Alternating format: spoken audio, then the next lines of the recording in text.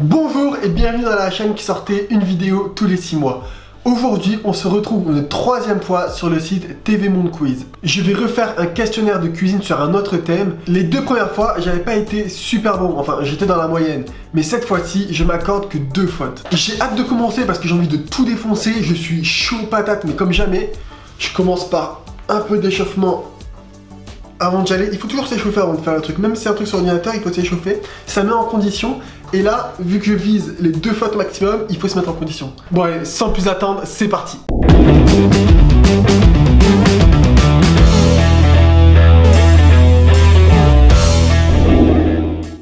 J'ai choisi comme thème les mots de la cuisine. Normalement, je dis bien normalement parce qu'il peut toujours y avoir des surprises. Ça devrait bien se passer parce que ça va être des termes culinaires, donc des trucs qu'on apprend à l'école et qu'on utilise tous les jours au travail. Donc j'espère que je vais faire un sans faute. Donc c'est parti. Comment s'appelle l'action qui consiste à ajouter au jus de cuisson ou au sucre restant dans le plat après cuisson de l'eau, du bouillon ou du vin? Ça commence bien parce que... je vous dis, je le sens bien ce test, je le sens bien. Je connais la réponse, sans lire ce qu'il y a, je sais ce que c'est déglacé. Donc il y a déglacé, dégorgé ou dégraissé. Déglacé. Oh, je me sens chaud. Allez, deuxième question. Que peut-on limonner? Première question, je me sentais chaud, j'étais d'attaque, je me suis dit c'est bon, le test, je vais l'avoir finger in the nose. Je sais pas ce que ça veut dire limonner. Alors, on peut limonner le poisson, on peut limonner le lait de la vache ou la limonade. Ok, on va faire par élimination. Pour moi, c'est pas la limonade parce que ça me paraît trop simple. Limonner une limonade, ça me paraît trop logique et il faut pas être logique dans ce genre de test. J'élimine le poisson parce que je connais beaucoup de termes culinaires sur le poisson et limonner, j'ai jamais entendu. Tandis que le lait de vache, ça peut être un terme qu'on utilise sur le lait, et ça je sais pas. Je m'y connais pas assez en lait de vache, donc je vais dire le lait de vache. J'espère que la prochaine question elle va être plus simple. Qu'est-ce que caquelon? J'en sais rien du tout. Un moule à fromage, une marmite en terre, le premier cri du poussin. Qu'est-ce qui vient faire le premier cri du poussin dans un test de cuisine? C'est pas de la cuisine ça.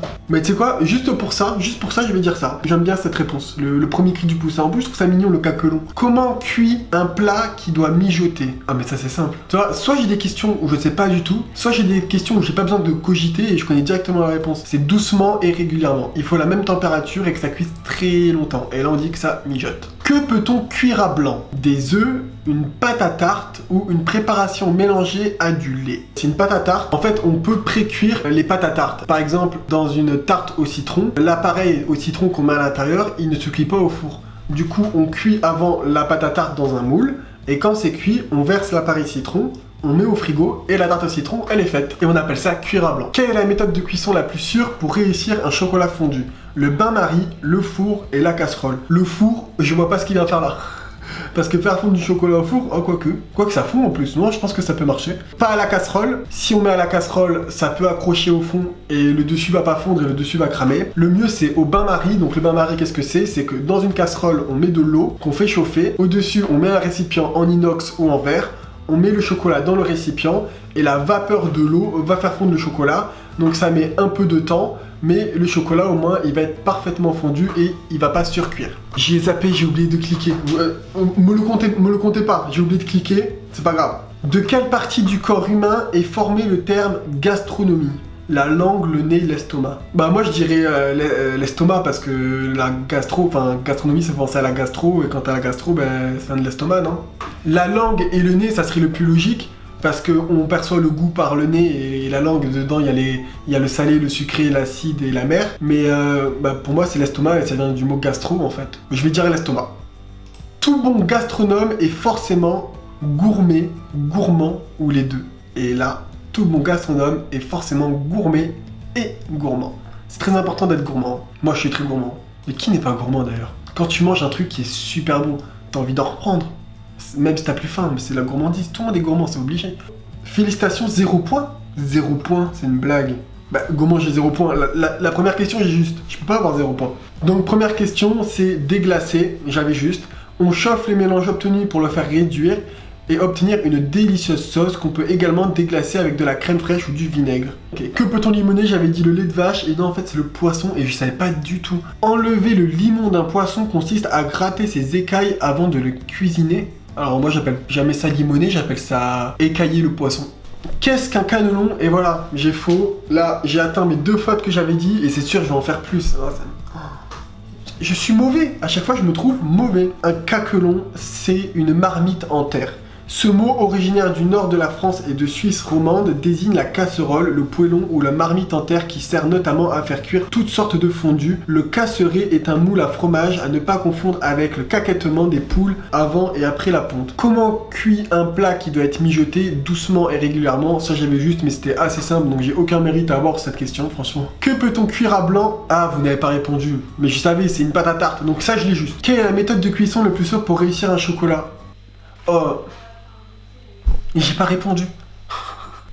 Mais aussi, on peut cliquer sur suivant sans forcément répondre. Et moi, du coup, je parle, et j'oublie d'appuyer et je clique sur suivant. Mais là, voilà, j'avais juste, donc on me le compte pas, c'est pareil. De quelle partie du corps humain est formé le terme gastronomie? J'avais raison, c'est l'estomac. Et quand même, je suis pas mal. J'ai que 3 fautes pour le moment, d'accord? Donc ça va, hein. Pour le moment, je suis bien. Hein. Tout bon gastronome est forcément... Bah non, mais gourmet et gourmand. Moi, je suis pas d'accord avec eux. Je vais quand même lire ce qu'il y a écrit pour essayer de comprendre. Celui qui sait goûter et apprécier l'ensemble d'un menu est un gourmet, qualité propre à tout bon gastronome. Le gourmand mange avec avidité et excès ce qu'il aime, comme du chocolat ou des sucreries. Mais alors je suis pas du tout d'accord avec eux. On peut être gourmet, donc goûter et apprécier l'ensemble d'un menu, et quand on a fini et on a apprécié le plat, on peut dire au serveur, excusez-moi, est-ce que je peux avoir un peu plus de sauce et saucer avec mon pain parce que je trouve ça vraiment très délicieux. Et là, c'est de la gourmandise. Bon, et ben écoutez, pour le questionnaire, j'ai fait 6 fautes.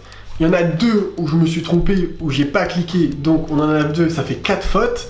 Et moi, j'en enlève encore une parce que je suis pas d'accord avec eux. Gourmet et gourmand, je suis pas du tout d'accord. Donc pour moi, j'ai fait que 3 fautes. Et j'avais dit que je ferais que 2 fautes. J'en ai fait 3. Bon, la prochaine fois, je me mets une limite de 1. Comme ça, j'en ferai que 2. Et là, ça sera parfait. D'accord? C'est déjà la fin de la vidéo. Et j'espère qu'elle vous a plu. Moi, j'aime bien faire ce format. C'est posé, je réponds à des questions. Même si je suis pas très bon, c'est pas grave. En tout cas, j'espère que ça vous plaît. Si c'est le cas, n'hésitez pas, comme d'habitude, à partager, à liker, à commenter la vidéo. Ça me ferait super plaisir. Surtout, abonnez-vous, c'est très important. Et activez la petite clochette pour savoir quand je sors des vidéos. De toute façon, c'est simple. Je sors des vidéos tous les vendredis à 18 h. Donc, on se retrouve la semaine prochaine à 18 h pour une nouvelle vidéo. Ciao!